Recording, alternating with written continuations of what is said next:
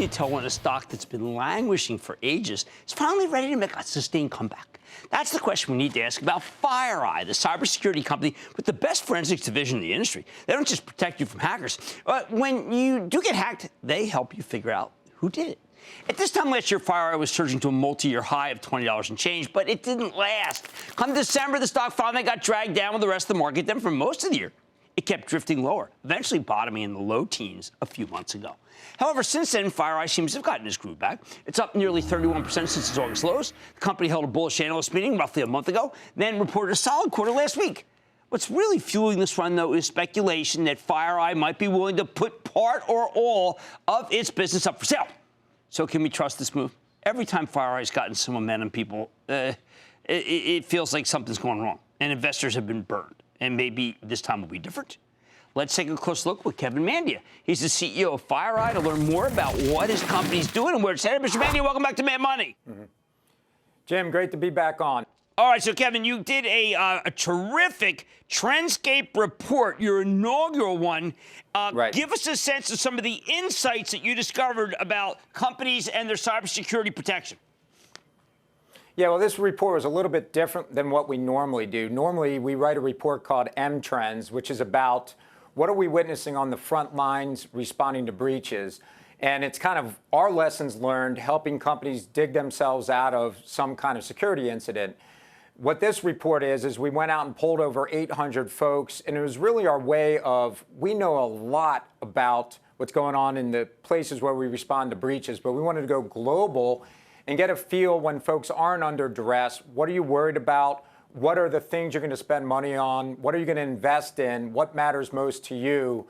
And we did that. And really, when I looked at it, I'm not convinced I got surprised by anything, but it was just another data point to better understand our customers and to better understand the cybersecurity landscape. All right, now, Kevin, there's a sense among, I think, a lot of consumers, and just I'm not talking about consumers, companies, that, you know what, I'm going to be protected no matter what. There's someone looking out for me. If someone steals money, I'm going to be protected. Will there come a day where someone is going to have a serious breach and the company's just going to tell you, sorry, you're out of luck. You didn't read the fine print. Right. Well, I think, first off, those things may have already happened, Jim. The reality is, and I went right to the banking community, when you have somebody's account get hijacked and transfers happen. Most of the financial services, especially in the United States and Europe, have done a great job of backstopping all their technical safeguards with sometimes manual checks. Is this really Bob doing the wire transfer, or somebody hijacking his private bank account based on a user ID and passphrase? So we've gotten a lot better at that problem. And the good news is most consumers, they can't lose $150,000 to $500,000 because they just didn't have that much in their account, and the financial services can make that account whole. It becomes more of an issue when a company account or a corporate account gets hijacked and some kind of unlawful transfer occurs, and sometimes it's hard to claw back that money. And we learned that with the Bank of Bangladesh when $81 million was transferred via SWIFT. Is my understanding they couldn't find all that money. I mean, a lot of that money was, in fact, lost. All right, so, Kevin, I have not seen, about, knock wood, I've not seen the giant headlines about some huge retailer that's been hacked lately. This used to be a matter of for me. You were involved in a lot of forensics. Are they gotten better? Have they gotten hushed up? What are you seeing? Well, so a lot of folks are getting better at it. One of the things when you deal with CEOs after they have a breach, one of the first things they'll tell you is, we can't go through that again. That can't happen again. And what do we have to do about it? So a lot of folks that have already taken the walk down the victory lane, victim lane, I mean, they've learned their lessons, and you do a lot of tweaks to their program. What we've just seen, Jim, is a shift. You're reading about these ransomware attacks, ways for the criminal element to just encrypt drives and hold your data ransom until you pay for it. And that happened to some state government agencies. And criminals will always go after that low-hanging fruit and make money where they can, and they just can do that with these ransomware attacks.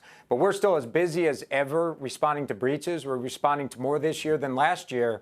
But the good news is these aren't headline breaches. You can get in there and respond and contain before you have a breach of consequence where you have to go public about it. Okay, now, Kevin, we have pretty much talked to all of the cybersecurity companies, and we spent some time with Symantec, spent some time with Palo Alto.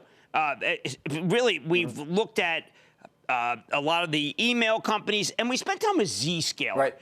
I think all these Right. companies want your business, Kevin. They all seem to want your business. Is that one of the reasons why their stock's been flat? I mean, the competition, they'll mention you offline. They'll say, yeah, we're taking this from FireEye. I mean, who knows what they're really doing, but has it gotten too crowded? Well, first off, there's thousands and thousands of security companies, and at some point, I think you'll see a normalization. One of the things that's unique to FireEye is we really know what the security community needs to build to defend folks. Because of that frontline experience, Jim, we get to see when technology is thwarted, how attackers are circumventing our common safeguards and winning when they win. And that for the top 1% of the offense, you know, I call it the red teams from Russia, Iran, or China, or North Korea, they do win when they put their minds to it today. But I think we can turn that over time. But we're all, you know, going out doing different things. Zscaler's a different form factor than the on-prem traditional firewall companies.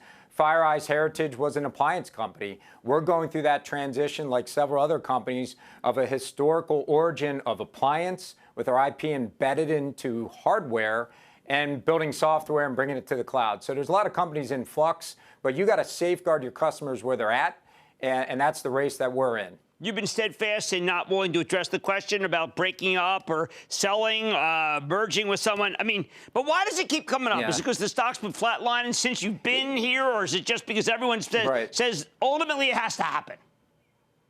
You know, I don't know where the rumors come from. Here's the reality. I wake up every day, Jim, and go into work to build the company to last. When you look at my whole career, I've been in cybersecurity since 1993. This is what I do. It's what I love doing. It's what the people of FireEye love doing.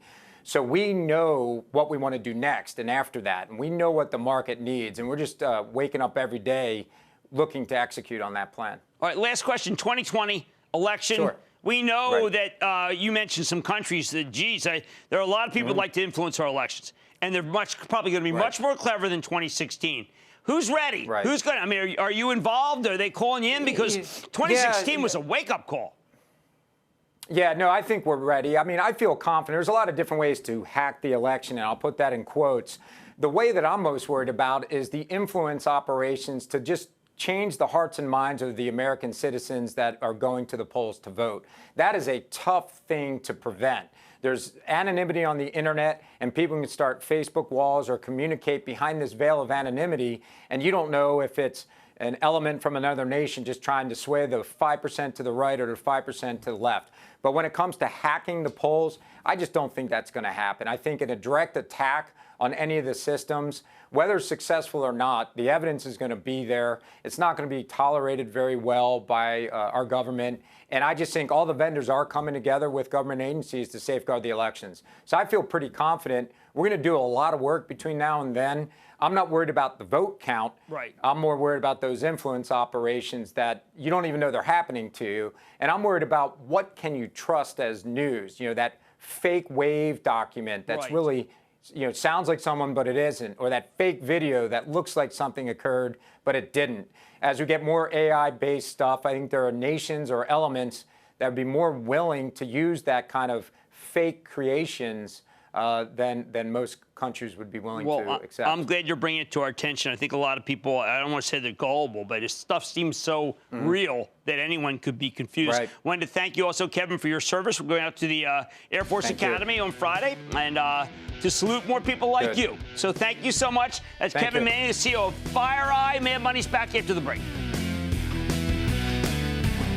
Cramer here from Mad Money. Thanks for watching CNBC on YouTube. Click here to subscribe and get the jump on my exclusives with CEOs, plus market news, investing advice, and a whole lot more.